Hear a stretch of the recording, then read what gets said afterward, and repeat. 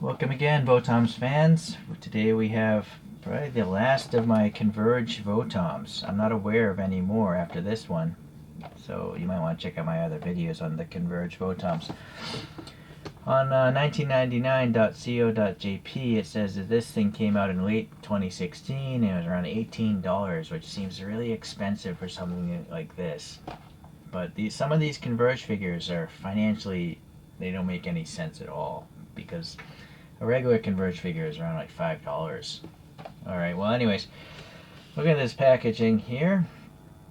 So the chassis of this mecha is ATM09 STCC Scopedog Turbo Custom, and it does say 2016 on the box, so that website was correct. Nice little image there. Okay, nice little images here. Alright, this is definitely not a standard Converge figure because it's bigger in the box than usual. There's probably a piece of gum in here. But, yeah. Well, that is what 8-year-old gum looks like, so I'm not going to eat that.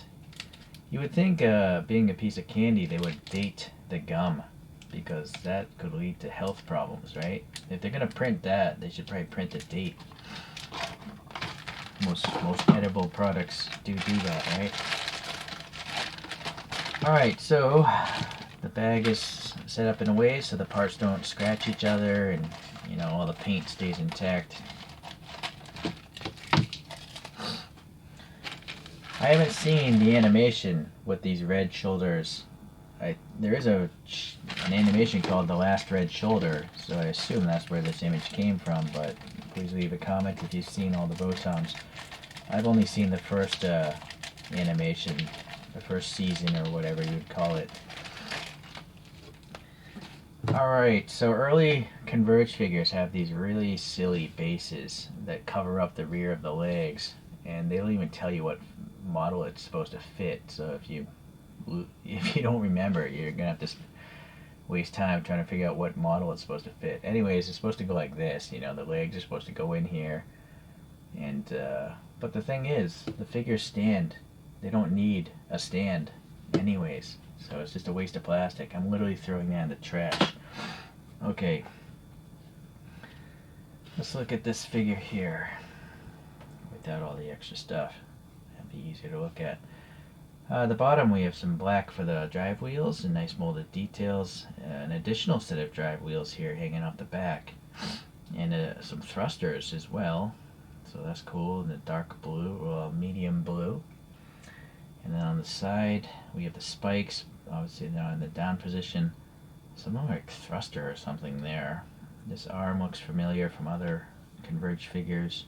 He's got a hole for a weapon. And then to the side we have 2 rockets and a Gatling gun.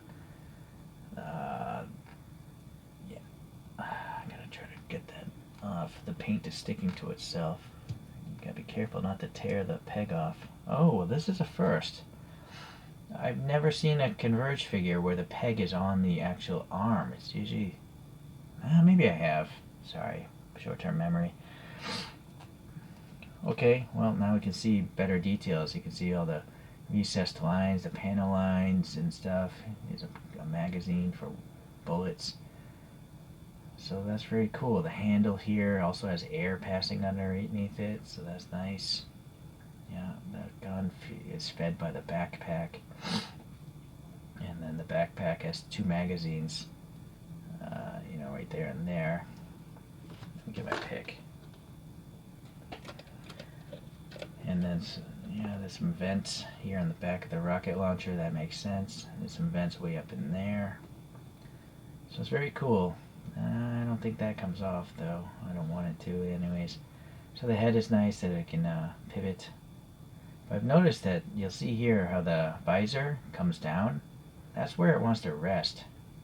See, there's like, it's molded so it's supposed to rest in a forward position. I don't know why they did that. You know, it would... Why could it... I mean, you can do that, right? But it creates a gap unnecessarily. So strange design choices, you know, forcing people to pose a figure a certain way, but having articulation points. It's just counterproductive, I think. Alright, so that's definitely nice. And so we got the antenna. I'm gonna press it in here. This antenna is like flexible, but I think it's actually more rigid than the regular PVC. Alright, so that fit pretty nice. Pivot, obviously. What else do we have? Alright, so there's a big peg hole in the backpack here for this rocket launcher, but I kind of feel like I should put the robot's arm in first. And if I'm going to do that, well, I'll just put it in. I was thinking put the weapon in first, but no. Okay, so the rocket launcher. Yeah, I don't know. It feels like rigid plastic, not flexible plastic. But it's cool that those rockets actually are recessed. They could be separate pieces even. I'm not sure. Or actually this is a separate piece. Yeah. Very nice. A lot of depth in there. And then rear is just closed off. So it's pretty neat. That pegs into the backpack here. Alright, so it can obviously hide away or come up for action. But it can't go horizontal. It's colliding with the helmet here. Unless, well, see again, if you articulation's good. Okay. The little optics. So painted gunmetal. Oh wow, alright.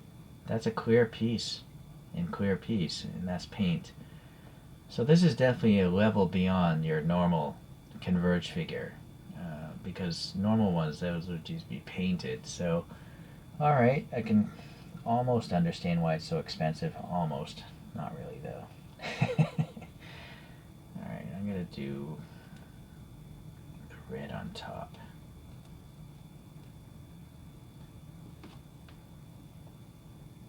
Yeah, that's looking nice. So this arm here has got smoke discharges on the shoulder, so I think that's neat. Very much like a tank. This is a walking tank. It's colliding with that antenna bit, so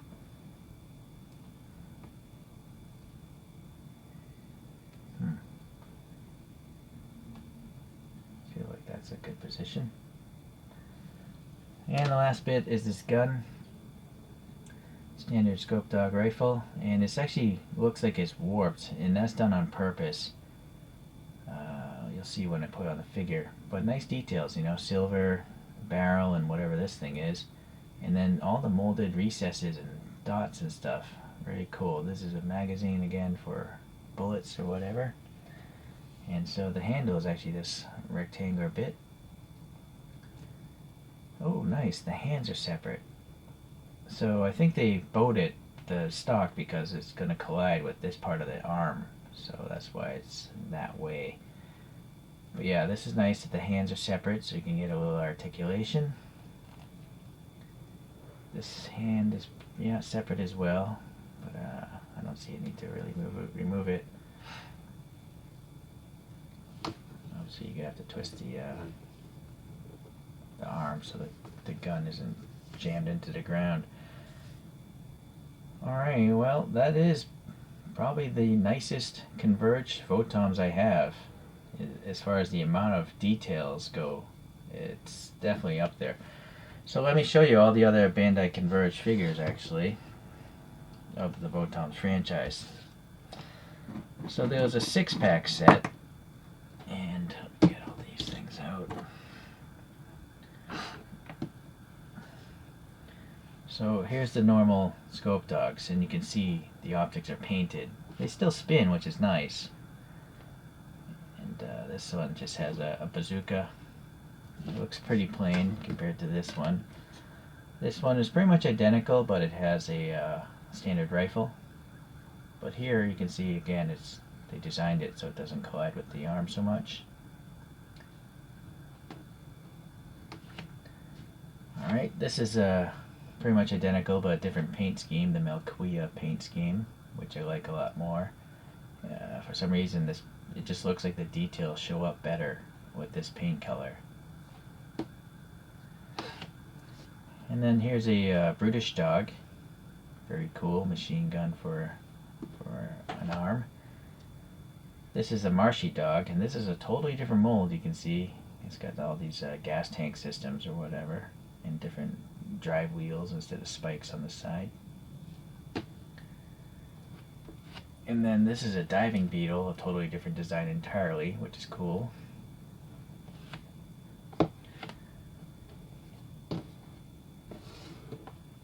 And the last one, where is it?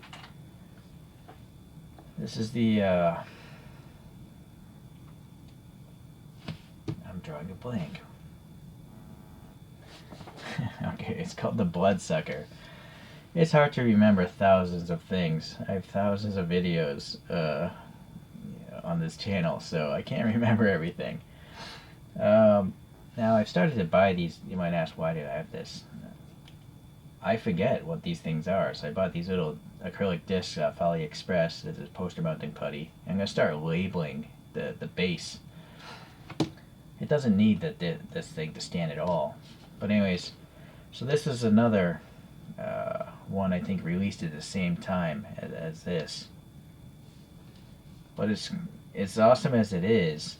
This also has a clear green eye, it looks like, as well. It just doesn't have as many parts or details as this. So, yeah. I think design-wise I like this more. But, you know, actual figure-wise, this has a lot more work going on, a lot more value, I think. Alright, so what I'd like to do is just show you a couple other small-scale VOTOMs, if you're into this franchise like I am.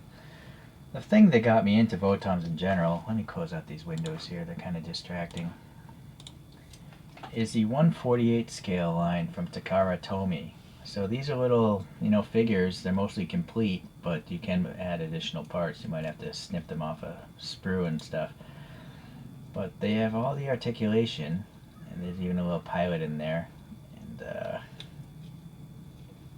they're awesome. I mean, these can actually crouch down to the landing mode, and some of them have metal parts.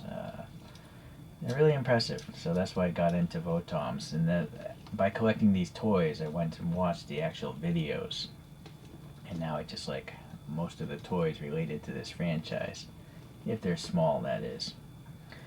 Anyways, you can see that, you know, Converge figures are small. In general, Converge figures are generally around the same height, whether they're Gundams or the other franchises that Converge has done. Kamen Rider is another one they do. But these little 1/48 scales are pretty small too. You can still see my hand, right? It's like pretty tiny. Alright, well anyways, even smaller though are these little model kits by Cavico. And they have a line of model kits called Choipla. And within that line they have a few VOTOMs figures. So this is the Melquia Scopedog here. It's trying to represent that. And they're even shorter. They're awesome. I'm gonna get all these things sooner or later too, because they're nice, simple, easy builds as well. I don't really like making model kits so much anymore. I'm trying to get back into it a little bit.